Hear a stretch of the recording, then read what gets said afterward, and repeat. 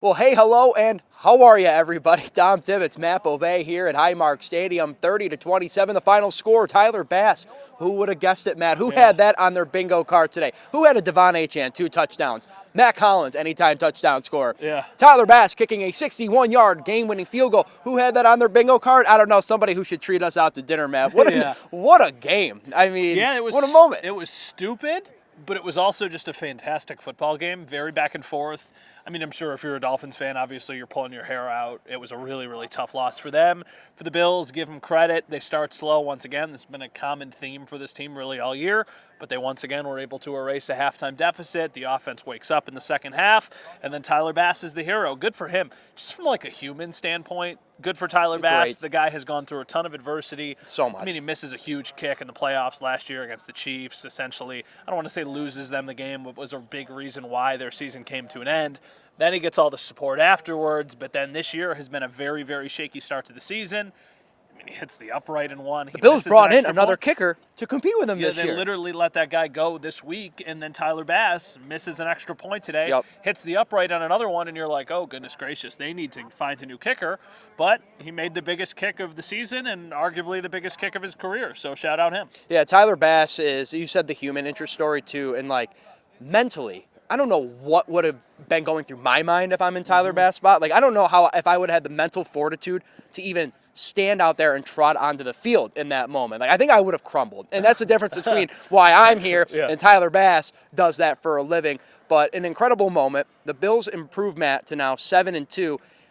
We talk about it almost every time they win a game here. To start 7-2, when you got through the first beginning part of this gauntlet, we knew there would be some games in this stretch where the Bills could have an opportunity to win, and they needed to.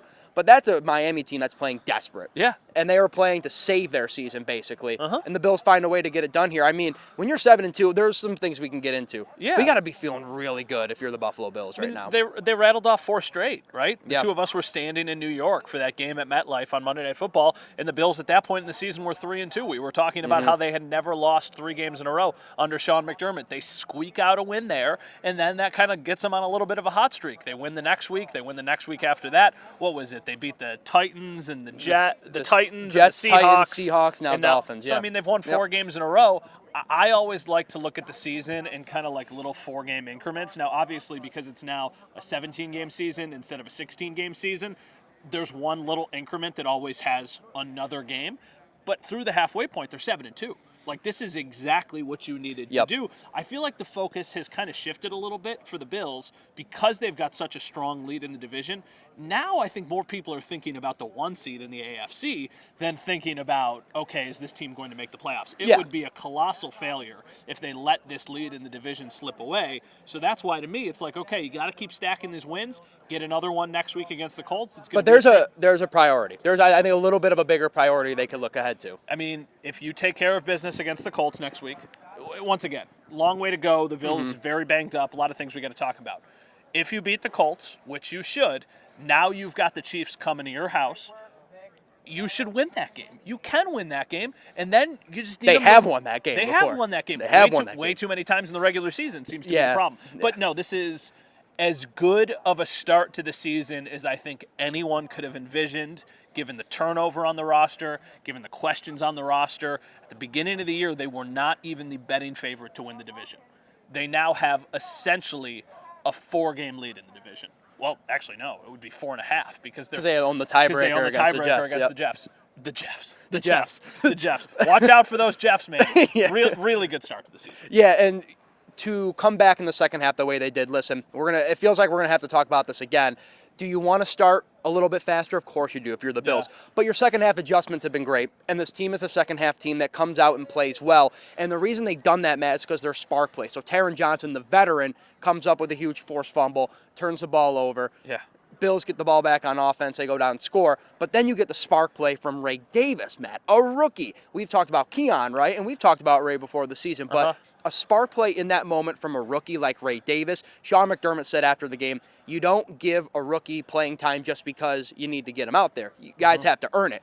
Ray Davis has earned that, and then he's earned that some more. You even said to Josh or him, I don't know I forget which person you asked, but you were like, you've proven you've afforded these opportunities. Like, how do you continue to do that? And Ray just goes out there every game and shows you why he's getting those opportunities. I feel like there were 2 plays that changed this game. Obviously, the Tyler Bass play is a thing of itself. Yeah. The Ray Davis touchdown changed this game, and the Taron Johnson forced fumble on Raheem Mostert changed this game. Because at that point, the Mostert fumble, the Dolphins have the ball. They're marching down the field to start the second half. You steal a possession from them. The Bills go down the field. They score a touchdown. They take the lead. And then the Dolphins take the lead on a touchdown of their own, or no, on a field goal. They go up 13-12 because of the Tyler Bass missed extra point.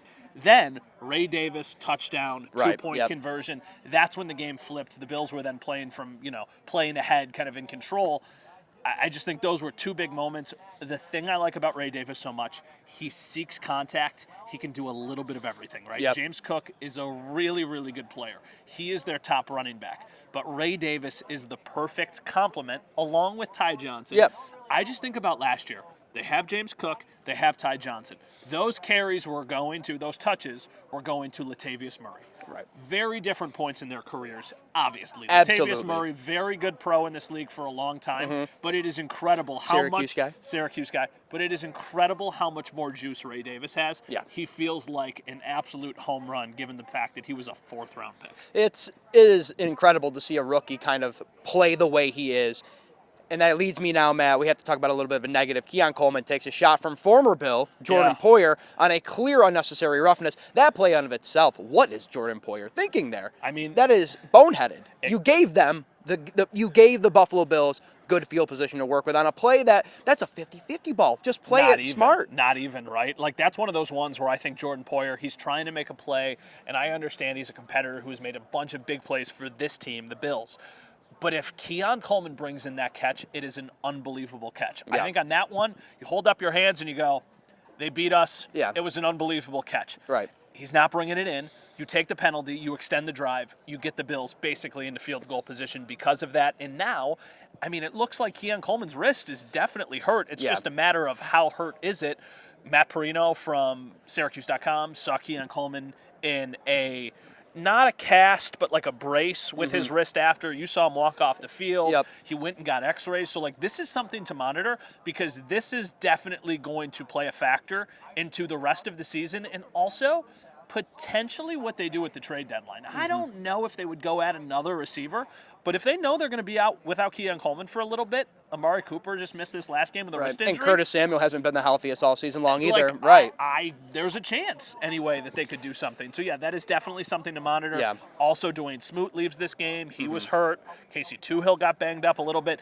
A lot of bad. Taron got even banged up, too. I mean, Taron said he got kicked in the back, basically. So, but he came back in about 3 plays later, which was obviously great to see. But, yeah, a little bit banged up as we move forward. If there was a time, injuries you never want to happen, Matt. So I'm going to preface that by saying you don't want to ever see a guy get injured. But at least you know now Brandon Beane has an idea when he gets word from the Bills training staff on what it is. Now he has the idea or maybe a time frame of when he can make a move from now until 4 o'clock Eastern on Tuesday. So what is it with wrist injuries in this team? Dwayne Carter, wrist injury. Keon Coleman, potentially a wrist injury. Amari Cooper misses this game. Wrist injury. Christian Benford misses this game. Wrist injury. I don't know what it is, but it just seems to be something that is popping up. As far as Cooper and Benford are concerned, Sean McDermott said it was like 50-50 on both of them. So to me, that tells us not long-term, more day-to-day. Yeah. Probably a pretty good chance we see them return next week against the Colts. That's another layer to this game. The Dolphins were very banged up, but so were the Bills. I mean, they went into this game without their top receiver, and Amari Cooper, and their top cornerback in Christian Benford. So, like, listen, take the win, run 7-2. A lot of things to be excited about. Not that many of you watching this care. Tua played a great game. He was fantastic. Tua played today. Awesome. Like a complete 180 of what we saw. Now, mind you, got banged up in week 2 with the concussion, but like a really good game from Tua there, too. The Dolphins played just about as good as you could have asked, aside from some of those turnovers that made all the difference. Matt, is there any other points we need to talk to as we look forward to now Sunday in Indianapolis on the road? Another chance for the Bills to stack 5 wins in a row. I think because of what the AFC is right now, I know the Ravens look like a juggernaut, and they certainly handled the Bills when they Mm-hmm. played them earlier in the year. I know the Chiefs haven't lost yet. I feel like this is the time to attack. And I know the Bills don't have a ton of cap space, but if I'm Brandon Beane, I'm making a couple moves, whether that's for like a run-stuffing defensive Yeah. lineman. They did that last year. They signed Linval Joseph. Maybe it's for a receiver to potentially fill the gap if there's a Keon Coleman injury we need to talk about. I feel like you need to go for it, and if that means you're giving up day 2 or day 3 picks, nobody is ever going to criticize you for going for it and giving up one too many 4th-round picks. Right. You have your 1st-round pick, and you have 2 2nd-round picks next year. I feel like all of those are off the table. After that, anything should be fair game. So to me, you're in this window, you're 7-2, you should be going to the playoffs. You go for it, and you just hope that your team gets hot at the end of the season. Yeah, you took the words right out of my mouth. See, you did that because I didn't Yeah. know what to say. The window is there. So the Bills, whether or not they make a move, we'll see. But it feels like the Bills have gotten themselves to a point, Matt, now where we can look at it and be like, yeah, they are realistic contenders for not just a division, but finally getting over the hill, maybe beating the Kansas City Chiefs, the Baltimore Ravens, the Texans, whatever the teams that stand in their way, and go finally make a run.